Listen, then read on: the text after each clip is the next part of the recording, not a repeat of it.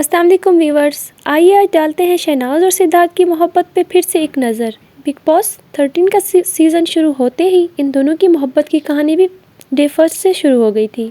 शहनाज ने ना सिर्फ जनता बल्कि पहले दिन से ही सलमान खान का दिल भी जीत लिया था और उनको इम्प्रेस करने में कामयाब रही थी। लेकिन उस समय हम में से किसी को भी ये मालूम नहीं था कि बहुत जल्द सिद्धार्थ शुक्ला, जो कि उस बिग बॉस के उस सीज़न में वो भी एक कंटेस्टेंट के तौर पर गए थे, शहनाज उनके दिल को भी घायल कर देंगी और उनके दिल में अपनी जगह बनाने में कामयाब हो जाएंगी। शहनाज और सिद्धार्थ ने कभी लड़ाई कभी मोहब्बत करके जतलाया पूरी दुनिया के सामने अपना प्यार।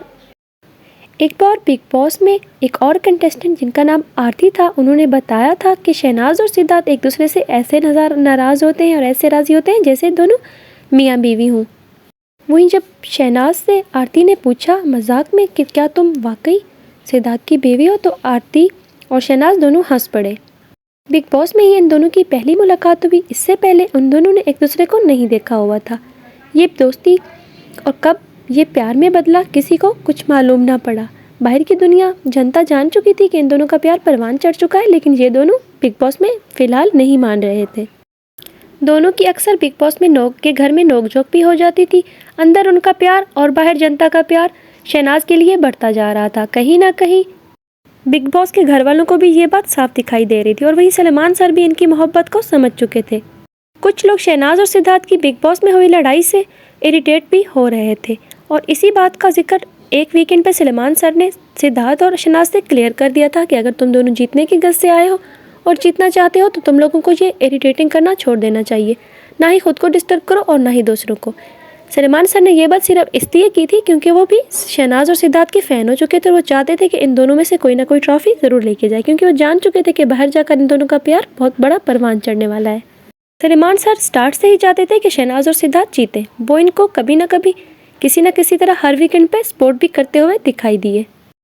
वहीं सिद्धार्थ और शहनाज दोनों की फैमिली जब इनसे मिलने बिग बॉस में पहुंची तो शहनाज के बाबा ने ग्रीन सिग्नल दिखाई दिया। उन्होंने कहा कि उन्हें शहनाज और सिद्धार्थ के इस रिश्ते से कोई प्रॉब्लम नहीं है। लेकिन वहीं पर गीता माँ, जो कि सिद्धार्थ की मम्मा है, जिनको बहुत ज़्यादा समझदार कहा जाता है, उन्होंने सिद्धार्थ और शहनाज के रिश्ते में बिग बॉस में आकर कोई भी रिस्पॉन्स नहीं दिया, बल्कि वो रश्मि देसाई को प्यार करती हुई दिखाई दी। बाहर आने के बाद इन्होंने कई फ़ोटोशूट और कई वीडियो रील्स एक साथ की।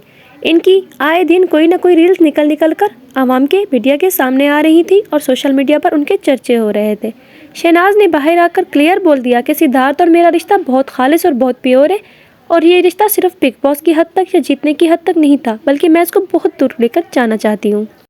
उस वक्त ना हम जानते थे और ना ही शहनाज जानती थी कि शहनाज और सिद्धार्थ हमेशा हमेशा के लिए इस तरह से बिछड़ जाएंगे।